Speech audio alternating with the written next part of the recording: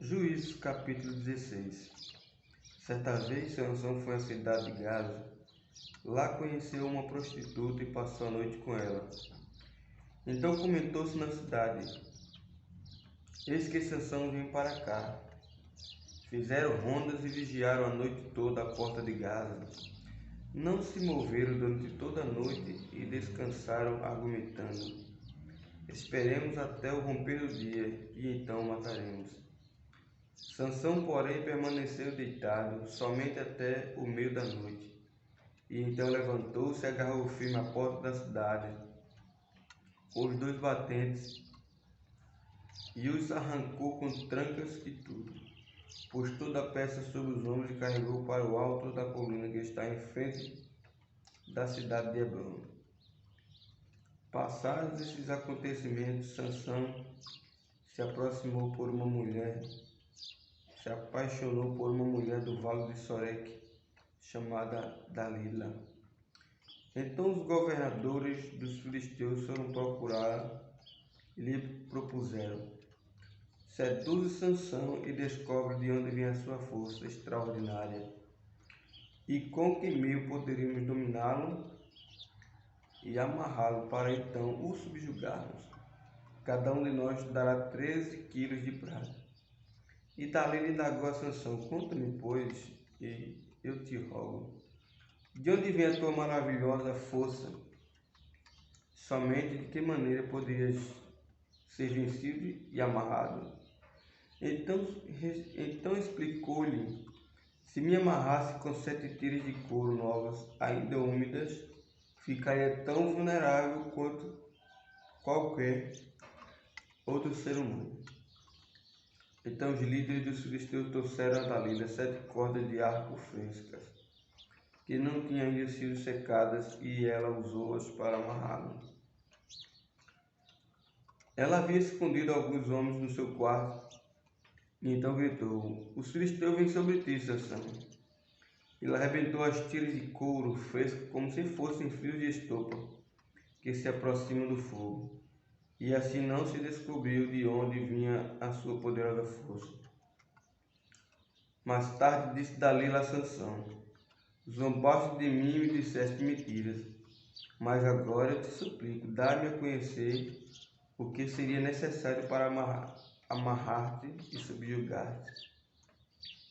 E Sansão lhe tornou a explicar: ora, se me amarrasse firmemente com cordas que nunca tivessem sido usadas, eu perderia a minha força extraordinária e seria tão fraco como qualquer homem. Então Dalila plugou cordas novas e conseguiu amarrar os braços dele. Em seguida gritou: Sansão, os filisteus estão te atacando. E ela havia escondido alguns homens no seu quarto. Contudo, ele rompeu as cordas como se fossem umas linhas atadas aos seus braços. Depois disso, Dalila voltou a falar com Sansão e lhe pediu: até agora brincaste e me iludiste com as tuas mentiras. Conta-me com que devo amarrar-te. Então ele declarou: se teceres as 7 tranças da minha cabeleira no pano e o prenderes com um pino de tear, ficarei tão vulnerável como qualquer outro homem. Mais tarde Dalila fez com que Sansão dormisse. Assim que ele adormeceu, ele pegou e teceu as 7 tranças da sua cabeça no tear e prendeu-as num prego grande de madeira. Depois gritou: Sansão, os filisteus estão vindo sobre ti. Ele despertou rapidamente do sono e arrancou o pino com o tecido. Protestou-lhe Dalila: como pode dizer que me amas, se o teu coração não está comigo? 3 vezes me fizeste de tolo e não me fizeste saber a verdade sobre onde reside a tua grande força. Como todos os dias ela o importunasse com sua insistência, ele foi se cansando dia após dia, a ponto de angustiar-se até a morte. Lhe abriu todo o coração, revelando a ela o seu segredo. Jamais se passou navalha sobre a minha cabeça, disse ele, porquanto sou nazireu, consagrado desde o ventre de minha mãe. Por isso, se fosse rapado todo o cabelo de minha cabeça, a minha força extraordinária se afastaria de mim, e de fato eu ficaria tão vulnerável quanto qualquer outro homem. Então Dalila sentiu que finalmente Sansão lhe havia aberto o coração de verdade e revelado todo o seu segredo. Em seguida mandou chamar os líderes dos filisteus por meio da seguinte mensagem: vinde agora, mas desta vez porque ele me contou toda a verdade sobre o seu segredo. E os príncipes dos filisteus voltaram a ela levando toda a prata prometida. Fazendo com que Sansão adormecesse no seu colo, ela chamou o homem para vir a rapar todo o cabelo e as 7 tranças da cabeça de Sansão. Depois o afligiu e humilhou, viu suas forças se esvaírem. Então Dalila o chamou: Sansão, vê, os filisteus estão voltando. Acordando do sono, ele disse: sairei e me livrarei deles como todas as outras vezes.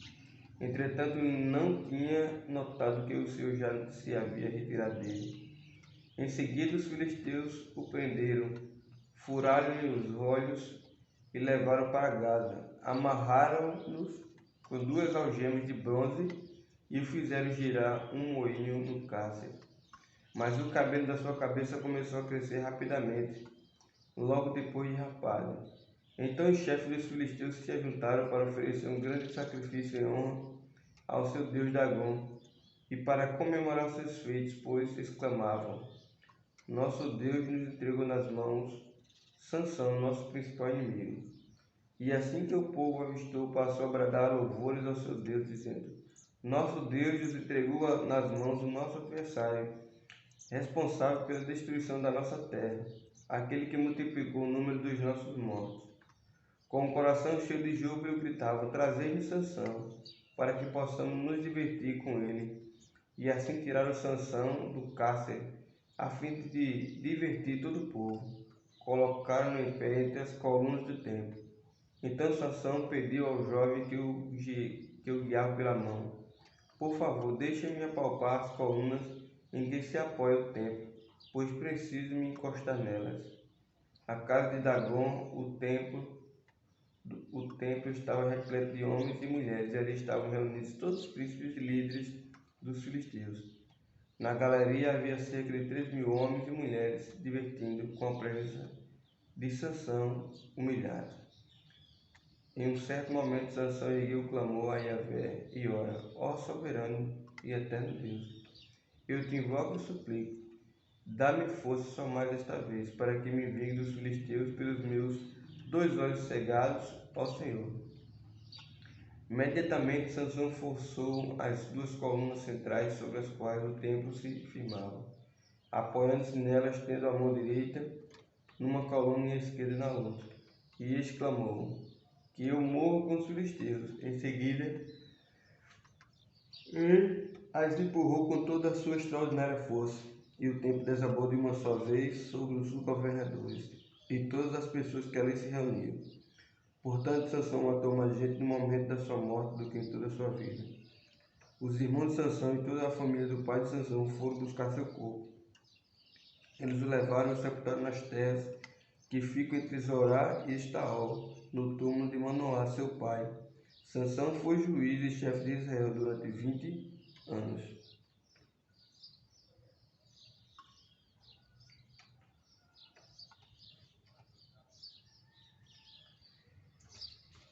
Juízo 17. Havia um homem chamado Mica, que habitava na região montanhosa de Efraim. Um certo dia, ele confessou à sua mãe: aqueles teus 13 quilos de prata, a propósito dos quais ouvi como pronunciaste uma maldição contra o ladrão, estão aqui comigo, eu os furtei. Sua mãe então exclamou: seja o meu filho bendito de Yahvé. E assim que ele devolveu os 13 quilos de prata à sua mãe, ela prometeu: ofereço solenemente minha prata ao Senhor, para que meu filho faça uma imagem esculpida e um ídolo de metal. Por isso eu te devolvo a prata. Ele, porém, não quis ficar com a prata e devolveu tudo à sua mãe. E ela separou 200 moedas, ou seja, 2 quilos e 400 gramas de prata, e os deu a um ourives, e das peças de prata confeccionou a imagem e o líquido. Estes foram colocados na casa de Mica. Ora, esse homem, Mica, tinha um santuário, uma casa de deuses, e fez um colete sacerdotal e alguns ídolos da família, e consagrou um dos seus filhos como sacerdote. Naquela época não havia rei em Israel, cada pessoa fazia o que lhe parecia certo. Um jovem levita de Belém de Judá, procedente do clã de Judá, deixou aquela cidade à procura de outro lugar para viver. No decorrer de sua viagem, parou na casa de Mica, na região montanhosa de Efraim. Então Mica lhe indagou: "De onde vens?" Ao que ele respondeu: "Sou levita de Belém de Judá, e estou viajando em busca de um bom lugar para habitar." E Mica o convidou: "Fica comigo, sê para mim pai e sacerdote, e te recompensarei com 10 ciclos de prata, isto é, 120 gramas de prata por ano, mais roupas e alimentação." O jovem levita concordou em estabelecer-se com Mica e tornou-se como um de seus filhos. Mica consagrou o levita e o jovem passou a ser seu sacerdote e ficou morando em sua casa. Então Mica declarou: "Agora estou certo de que o Senhor me tratará com bondade, pois esse levita se tornou meu sacerdote."